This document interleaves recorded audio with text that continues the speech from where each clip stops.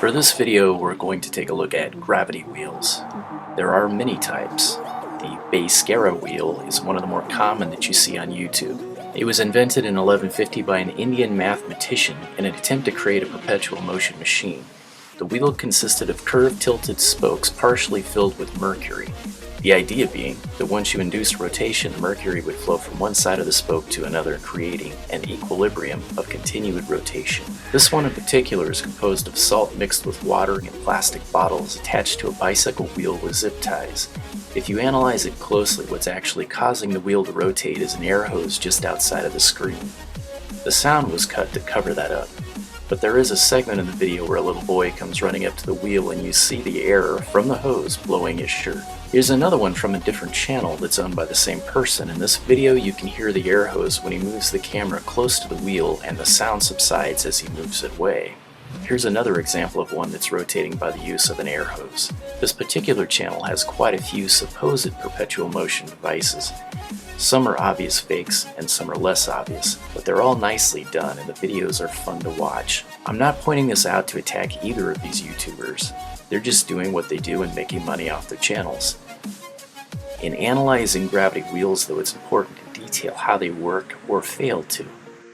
Let me explain why these designs fail to. Here's a basic diagram of what the liquid in the containers is doing as the wheel is spun. If you remove each bottle that cancels itself out because of its equal weight and balance, you're left with these. As you see, the weight is on the opposite side of the supposed rotation, meaning this design won't work in the methods attempted in the previous video clips. So I decided to experiment with a different design for the gravity wheel. I've seen similar designs to the one I'm putting together that simply don't work, but I decided to give it an honest try to see if I could come up with something that might work, or at least might give someone else ideas to draw from, should they decide to attempt to build one themselves. It's fun to design and build these things regardless, purely for the pleasure of experimentation, and part of the framework for this I can use for another device that I intend to build on a later date. So some of the parts will be interchangeable, and I'll have a better idea how to build the other device from the experience I gained building this one. I initially tried gluing plastic cylinders to a plexiglass rotor that would house weighted arms. While experimenting with the rotor assembly, I decided it wouldn't spin smooth enough to accurately test the device. So I scrapped that and decided to mount the weighted arms on a bicycle wheel. That eliminated the need to build and find a bearing and gave me a solid balanced wheel to build the rest of the device from. I used square aluminum pipe, a piece of wood, and these angled shelf holders to put together an assembly to hold the wheel in place.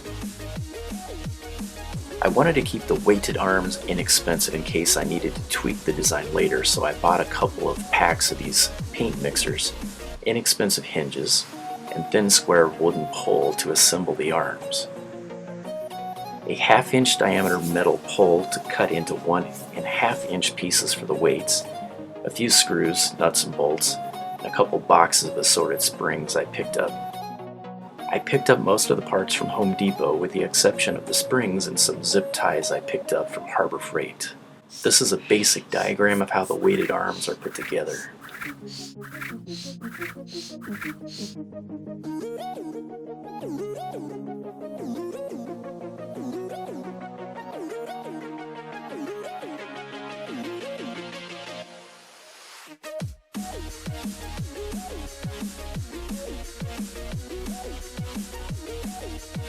I tested the wheels with the springs in this direction first. As you can see, you can simply move one arm over the top of the device and the wheel moves.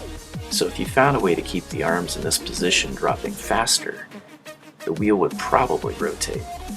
I tried flipping the springs in the opposite direction and tested it this way. This angled the arms in the other direction enough that you could no longer move the arm as before to move the device in the same direction, though you could achieve the same result if you moved the arm in the other direction. This is a common trait of these types of designs if you study them. This isn't something out of the ordinary. They tend to balance themselves out to zero gain in motion and stay in a position of rest. I also tried the design with no springs. This method worked the least. If I were to experiment with this design further, I would use aluminum pieces for the weighted arms. The wood is far too flimsy for extensive testing. Now, if you find a way to cause one of the weighted arms to drop faster, it's possible the wheel could spin continuously. Part of the reason I used the metal weights was so I could attempt using a magnetic gate to assist in moving the arm in place faster. I tested this method briefly, but didn't spend a great deal of time with it. So I won't say it's impossible, but it would probably require some thought and effort. The cheaper parts I used are good for figuring out the design, but impractical for proper testing.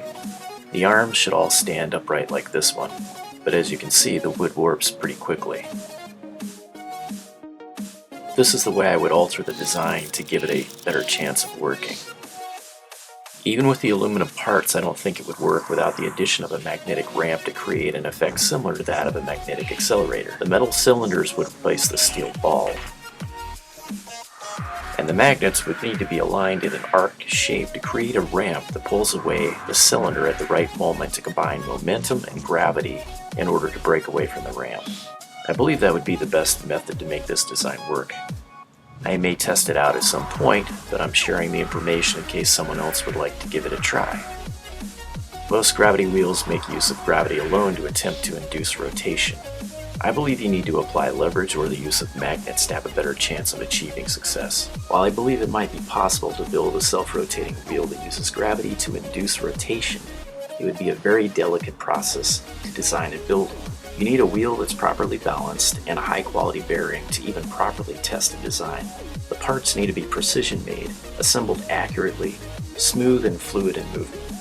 The design would need to be smart and very well thought out. This is one of the best known designs that might work. It's also suggested that with the overall size of it, the wind might be aiding in its rotation, but it's an engineering marvel all the same. As always, thanks for watching and do great things.